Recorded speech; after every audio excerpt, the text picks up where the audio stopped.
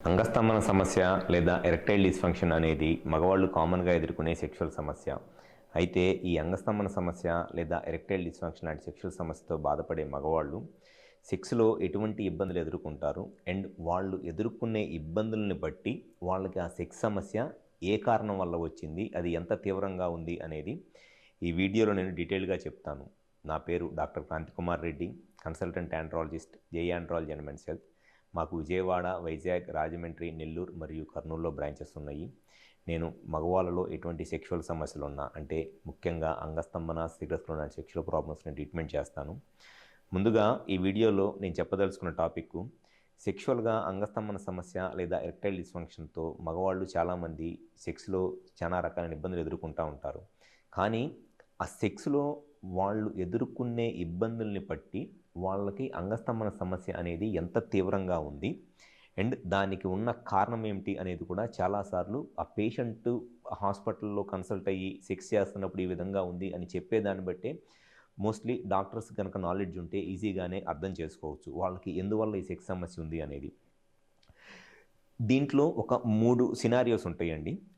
సాధారణంగా ఓపీకి వచ్చే పేషెంట్స్ ఎవరైనా సరే ఈ మూడిట్లో ఏదో ఒక కారణమే చెప్తారు. ఎక్కువ మంది, అంటే 100లో ఒక 70 మంది నేను ఇప్పుడు చెప్పబోయే ఈ 3 కారణాల్లో ఏదో ఒక కారణమే, అంటే ఏదో ఒక సమస్యే చెప్తారు వాళ్ళు సెక్షువల్గా ఎట్లా ఇబ్బంది ఎదుర్కొంటున్నారు అనేది.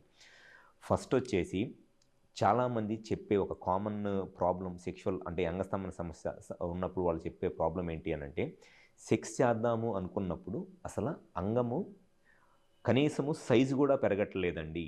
నార్మల్గా ఉన్నప్పుడు ఎంతైతే ఉంటుందో సెక్స్ చేద్దాం అనుకున్నప్పుడు కనీసం సైజు కూడా పెరగట్లేదు. గట్టితనం రాకపోగా కనీసం సైజ్ అన్నా పెరిగిద్ది నార్మల్గా సెక్స్ చేద్దాం అనుకున్నప్పుడు, సెక్స్ కోరికలు వచ్చినప్పుడు.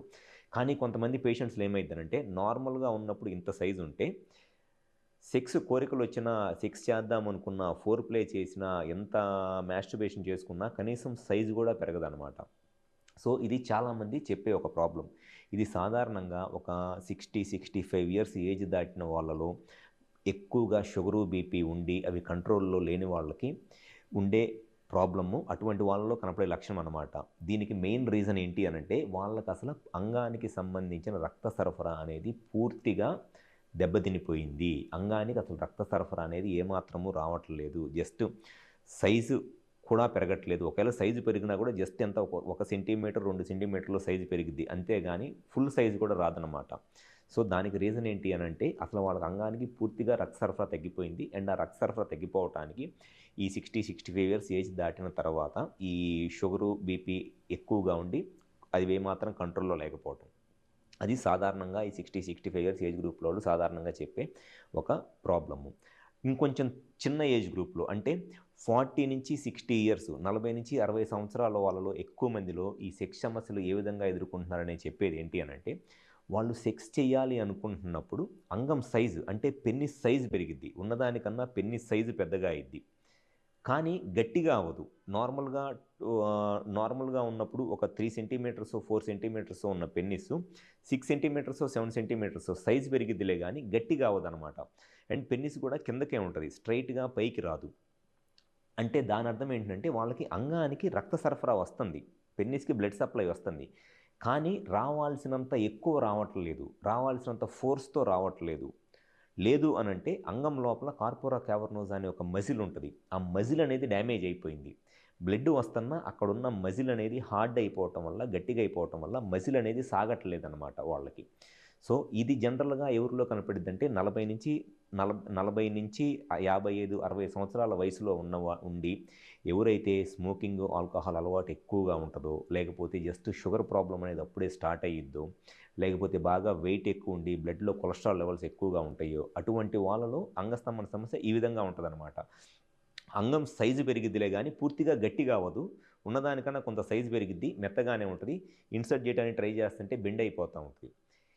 మూడో రకమైన ప్రాబ్లం ఏంటి అనంటే వీళ్ళకి ఇది చాలా ఎర్లీ స్టేజెస్లో అనమాట. అంటే ఆల్మోస్ట్ ఒక 30 ఇయర్స్ నుంచి 40-45 ఇయర్స్ ఏజ్ లోపల అంగస్తంభన సమస్య ఏ విధంగా ఉంటుంది అనంటే, వీళ్ళకి సెక్స్ చేద్దాం అనుకున్నప్పుడు అంగం సైజు పెరిగిద్ది, ప్లస్ పూర్తిగా గట్టిగా కూడా అయ్యిద్ది. జస్ట్ అంగం సైజు నార్మల్గా ఉన్నదానికన్నా ఫుల్ సైజు వస్తుంది, అండ్ దాంతోపాటు అంగం కూడా పూర్తిగా హార్డ్నెస్ వస్తుంది.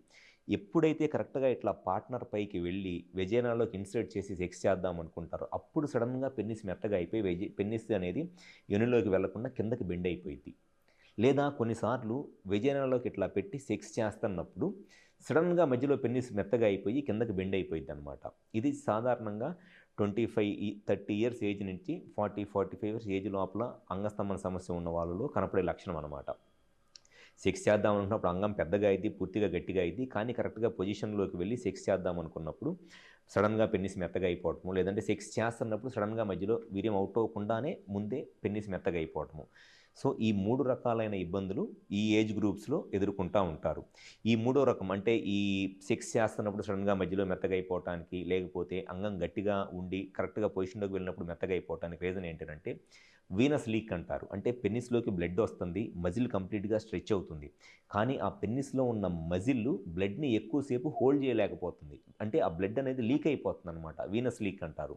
సో, ఈ వీనస్ ప్రాబ్లమ్ ఉన్న వాళ్ళకి ఇటువంటి సెక్షువల్ సమస్యలుంటాయి.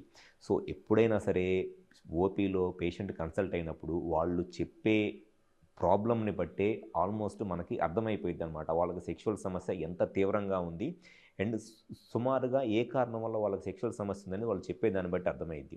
సో, ఎవరైనా సరే ఇప్పుడు నేను చెప్పిన దాని ప్రకారము సెక్షువల్‌గా మీరు ఇటువంటి ఇబ్బందులు ఎదుర్కొంటుంటే ఒకసారి వచ్చి మా హాస్పిటల్‌లో కన్సల్ట్ అవ్వండి.